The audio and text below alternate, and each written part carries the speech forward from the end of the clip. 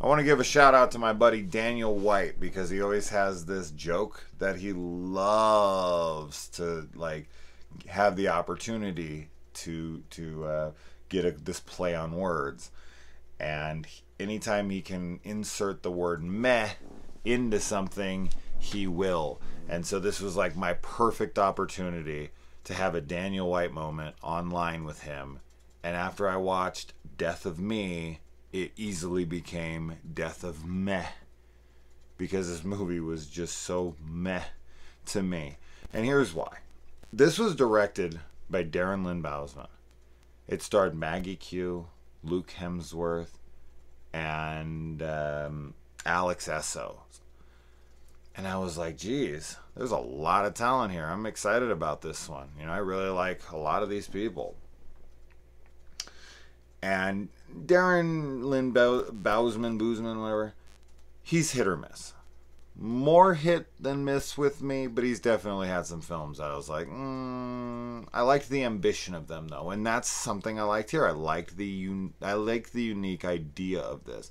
Is this something that's completely original? No. As far as a plot synopsis goes, a married couple goes to this island, and they're there on vacation, honeymoon. I don't think it's a honeymoon. I can't remember why the fuck they're there. They're together on vacation. Doesn't matter why they're there. They're there, and you know, they wake up in the morning not remembering what they did the night before. They're trying to get off the island because they hear a storm is coming, and they can't. So they go back to their room and they watch a tape because they're trying to figure out and piece together what the hell happened to them.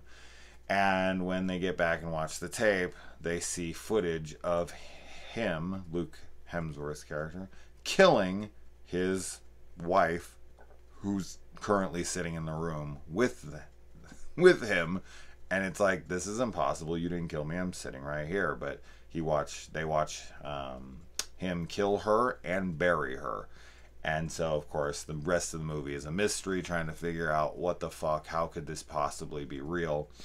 And that part of the movie, the intrigue of the mystery, is a good setup. So I'm like, all right, this is cool. So it's got that hook, right? It's got that hook. But does it have that pull? Does it have that reel? Does it have that fucking, you know? And no, it doesn't. And here's the thing. And this is what I want to like grab every director and writer in Hollywood's face and just tell them that humans, there's a lot of us, man. There's like 7 billion of us on the planet, right?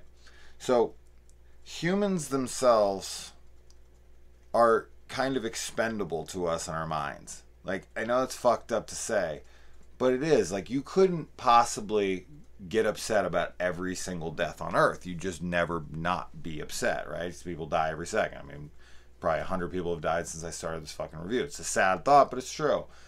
So my point being is that just being a human being doesn't make us care about you. Doesn't make us care for you as characters or anything.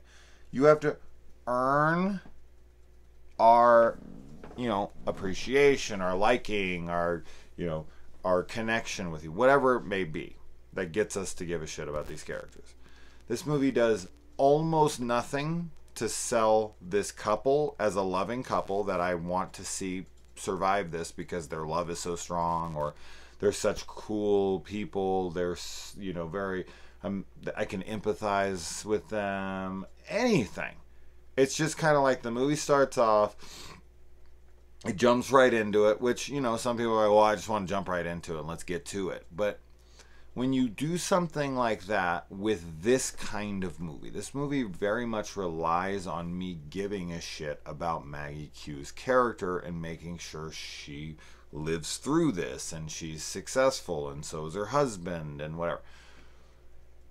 And just, we never really get to know them. In fact, I mean, here I am sitting here going, why were they on the island? I don't remember. Like, it doesn't even matter. It's not even a big deal. Like, I don't learn anything about them. I don't like them. They're nobody to me. They're just a couple that I'm supposed to feel sorry for because they're human beings.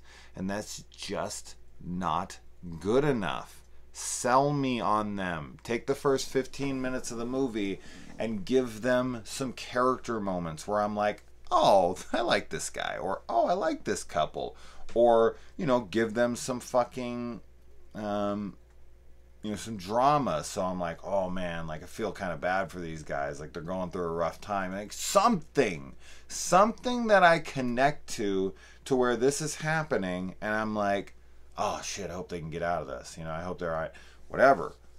Or if you want to do the flip side of it, which doesn't typically work for me as much unless it's like one character, you could make them like shitheels that everyone wants to watch die and tortured and whatever.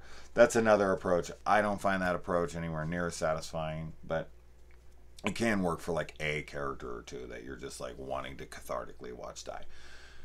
But in a film like this, when you're watching this girl investigate her own murder and you're trying to figure out like the mystery of it, you're really reliant on caring, and I didn't, not at all. So that was a huge bummer of the film. Now, as far as where it goes, the climax, all that stuff, I thought it was fine. There were a moment or two where I was like, oh, that was cool. I liked that scene. I liked that moment. I liked that. And if I liked the characters better, I would have loved it. Like, I would have loved those moments I was saying that I dug. You know, I was like, oh, yeah, that was kind of cool. But if it was like Maggie Q was like a chick, I was like, this chick's awesome. Like, I want to see her out of this. And then she had this moment or one of these moments in this, I'd be like, fuck yeah, like, get it, girl. You know what I mean? But it's just, it's not there. I don't care. It's just, it's happening. And while some of it kind of lands a little bit, and I'm like, all right. And it's very predictable. Like, no one's watching this movie.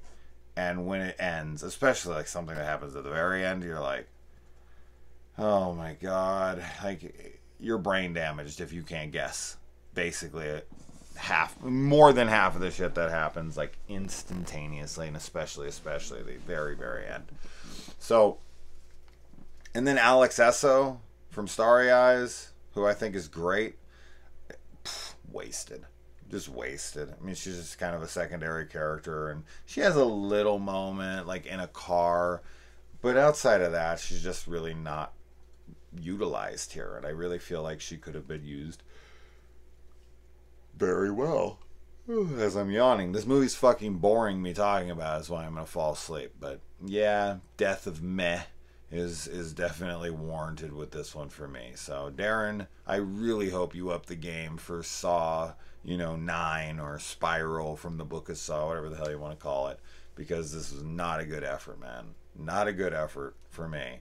Just very meh. Adios.